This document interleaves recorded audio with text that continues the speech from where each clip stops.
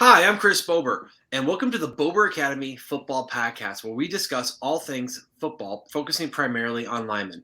I'm Chris Bober, and this podcast is brought to you by the Bober Academy, where our mission is to train and develop superior linemen to dominate on the gridiron. You can subscribe to the Bober Academy Football Podcast by clicking the subscribe button wherever you find your podcasts, and you'll receive weekly reminders and weekly updates throughout the season. If you're watching this on YouTube, be sure to click the little subscribe button down there and also the little bell so you'll be notified whenever we drop a new video. Now, this week, we're adding a new feature to our repertoire here. And one of the things about football is that we happen to have a lot of injuries. It's a physical and violent sport. So we have a new segment that we're going to be featuring every week. And it's brought to you by Nolan Clausen and Midwest Movement here in Elkhorn. It's called From Pain to Performance with Midwest Movement. So on with us today is Nolan Clausen. Nolan is the co-owner and proprietor of Midwest Movement there in Elkhorn. Hey, Nolan, thanks for joining us today. Yeah, thanks for having me on. Love to be on it. Yeah, so I mean, your formal training is a chiropractor, but you do so much more than that. Like one of the things that I've seen with you is you bring athletes in there and you get them from, like you said, pain to get them back on the field. So how is that a part of your business? Yeah, it's exactly like what it says, pain to performance. I love sports. I was an athlete myself. And one of the things that I hate the most is seeing athletes standing on the sideline, not participating, especially in the profession that I'm in. I think there's so much that we can do for athletes to get them back onto the field pretty quickly, safely, and hopefully we can get them out of pain and so that they can ultimately perform at their best. Like you said, I am a chiropractor, but we do a lot of things outside of that chiropractic realm. As you can see, I got gym equipment in our office. So if you have pain when you're squatting, we want to see you squat. If you have pain while you're blocking, we're probably going to have you block me, and so we can use that to see how things are causing pain. So. Yeah, heard him. Nolan was a tight end down at Nebraska Wesleyan, so he has definitely spent some time on the gridiron. So tell us, this week we want to talk about back pain, right? And we see a lot of players when it gets to, we're about mid-season, we're 5 weeks into the high school season, and about this time you start to see those nagging injuries show up. And I'm seeing more and more guys on the sidelines. Why don't you go ahead and show us what we're talking about and some what's happening and maybe some ways of getting better. Yeah, so back pain is probably one of the number one things that sidelines an athlete. Between football and gymnastics, it's the number one way to get a pars fracture, which is just a fracture in our spine. Not trying to scare anybody, but back pain is very common. It's near and dear to my heart because it made me sit out a lot of games because of back pain.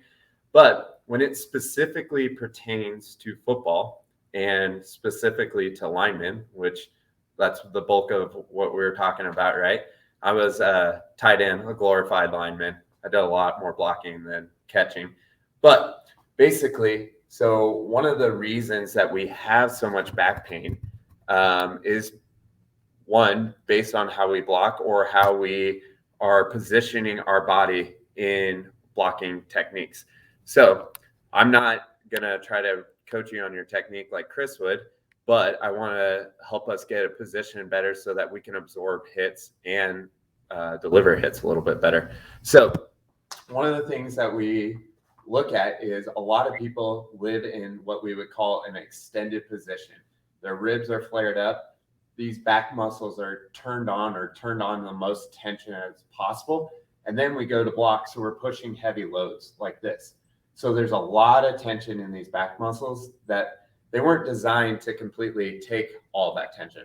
So one of the things, instead of being in this position, try to get our hips underneath us. And as Chris likes to talk about, like when we block, we want to get our hips driving into things and lifting up, right? So instead of just arching our back and then trying to push, we can get our hips underneath us, just doing a little pelvic tilt. This is how we maximize the effectiveness of our glutes and then our core muscles. So if we can absorb hits and use our core muscles just by positioning, that's going to save us a lot in the long run. The other thing, since most of all all the athletes are students also. We sit for long, extended periods of time. And so one of the things we sit slouched like this. Especially if they're looking at their phone, right? Oh, yeah. They're like this. We call that text neck. Yeah.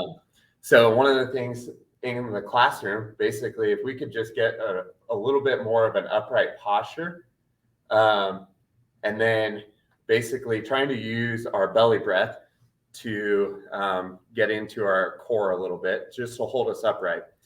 And then the other thing is our hips. Because we sit for long, extended periods of time, our hips are in this position for roughly 8 hours a day, sitting through a classroom.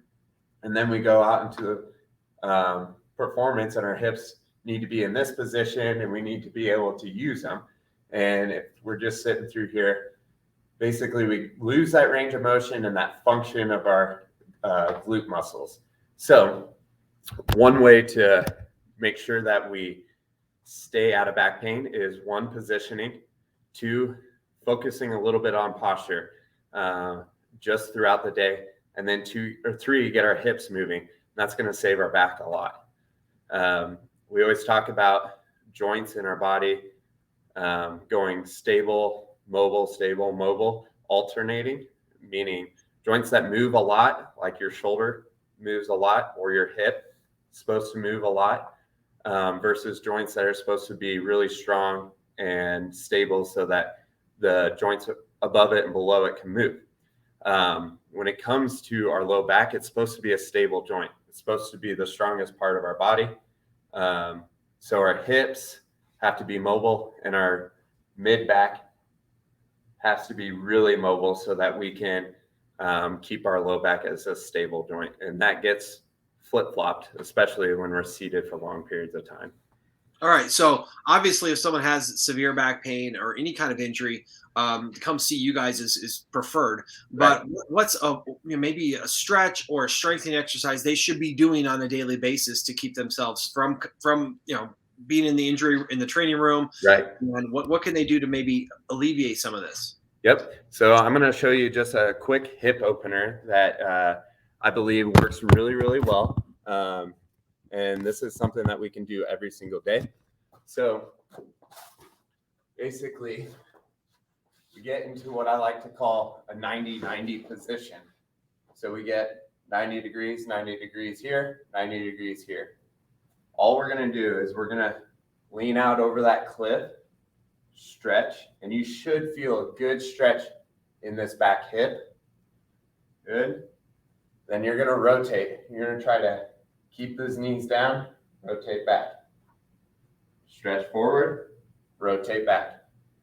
Then when we want to switch, try to keep your feet planted in the ground. Just do that. You got 90-90 again. Stretch forward, lean back. Stretch forward, lean back. Then after we stretch, all we're going to do is what we call a windshield wiper. So we're just going to take our legs, go back and forth, go like that. And it gets our hips moving really well. Like I said, if our hips move well, then we keep all that extra motion out of the back. What about strengthening for like your core? Right. I remember when I played, I did a lot of core workouts just because, someday I would never have abs. That never happened. But it kept me strong. Hip flexibility and core strength. What's an exercise they can do to keep that the joint stable? Right. So you're exactly right. We want to focus on keeping those stable. So one of the things we talked about positioning of our low back, not getting into this arch position, but trying to bring our hips involved. And so right here, I just have a band. You can kind of see it's attached to something. So you could, if you guys have bands at home, pretty much everybody has bands these days. Or like take a rope or something, tie it off. Basically, all you're going to do is get in the right position.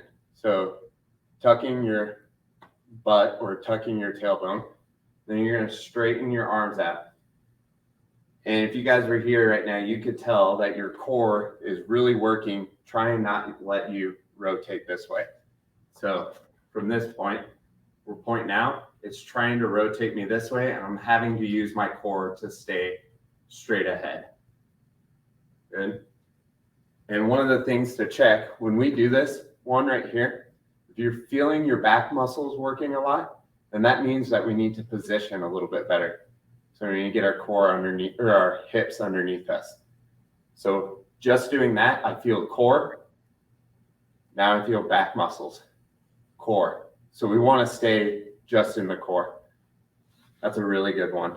It's simple. Another simple one is everybody's probably heard of a bear crawl, right? So just getting down into all fours, getting your knees slightly off the ground, crawling forward. It seems really kind of simple. It seems like a simple exercise, but I tell you, if you go really slow and you keep your back flat and you try to crawl 20 yards, your core is going to be on fire. Nice. Yeah. Those are some of the things that I'm going to try out because I'm going to golf this weekend, and I know it's going to hurt my back from all those years of football. So, okay, to recap what we said, number one is if you want to apply force, use the big muscles like your hips underneath you, have a good position, and don't strain back because that's just going to put strain on your back. You want to use your hips to provide that lift, not the arching of the back and just like propping. You want to constantly be, using your hips to keep that there. And then of course you got those hip stretches and those core strengthening exercises. And those are a great start. I spread this out to O-linemen everywhere. I hope to see guys doing that all the time. Now, of course, if someone does have any kind of injury that's keeping them off the field, Nolan is at Midwest Movement. They're located right there in Elkhorn, right by Sam and Louie's and Rick's Meats. Go ahead and check them out. Also look up MidwestMovementElkhorn.com, and Nolan puts out all kinds of information, but that's where you can reach them. And Nolan and their mission over there is to get guys back on the field. Right. Sometimes there's injuries that are major that require stuff, but a lot of times they could be fixed fairly easy by just understanding how the body works. And that's what Nolan does. Right. Yep. Nolan and Whitney over there at Midwest Movement, they put a lot of players back on the field. So if you feel those aches and pains, especially in your core and your back, do these exercises, stretches, and then of course call Nolan over at Midwest Movement. They'd love to get you back on the field. So absolutely. Nolan, thank you so much. I look forward to having you on every week. We're going to get these guys back on the gridiron, right? Yeah. And especially late in the season, it gets hard. It gets hard. Football's a tough game, and a lot of prevention and a little bit of rehab sometimes can help out. So thank you so much for Nolan. Be sure to check out MidwestMovementElkhorn.com, and I'll obviously include the link wherever you find this. And if you're listening to this, the link will be there with your podcast or on YouTube or wherever. So Nolan, I really appreciate you. Appreciate you having me. Yeah. We look forward to using your knowledge to keep these O-linemen dominated on the gridiron instead of sitting on the sideline watching. So, again, thank you so much. We'll see you next time. Guys, check out Nolan and Midwest Movement if you need any help getting back on the field. Nolan, have a good one. We'll see you next time, okay? Yep. See you guys.